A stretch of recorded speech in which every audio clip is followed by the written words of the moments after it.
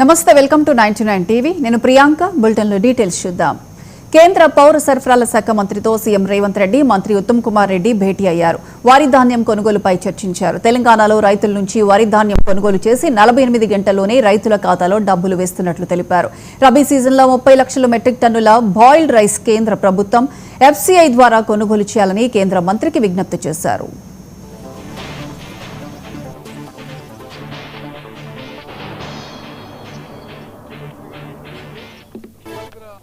ముఖ్యమంత్రి గారు నేను కేంద్ర food and public distribution minister Pralhad Joshi గారి గురించి కలిసినాము.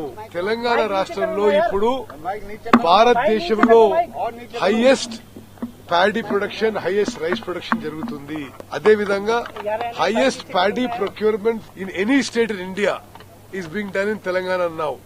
ఈ రబీ సీజన్ లో 90 లక్షల మెట్రిక్ టన్ల వరి ధాన్యం రైతుల నుంచి కొనుగోలు చేయబోతున్నాము.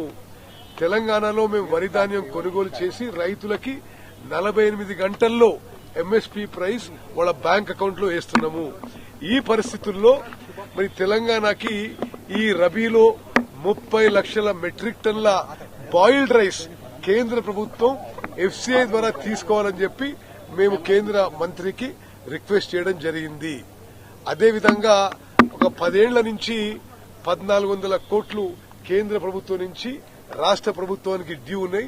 అవి కూడా వెంటనే విడుదల చేయమని చెప్పి కేంద్ర మంత్రిని విజ్ఞప్తి చేసినాము. మూడో విషయము, మరి న్యూట్రిషియస్ ఫుడ్ ఇవ్వడానికి కేంద్ర ప్రభుత్వం ఫోర్టిఫైడ్ రైస్ కెర్నల్స్ అనే స్కీమ్ ఏదైతే ఉందో అది ఇప్పుడు డిస్కంటిన్యూ చేసింది. అది కరెక్ట్ కాదు.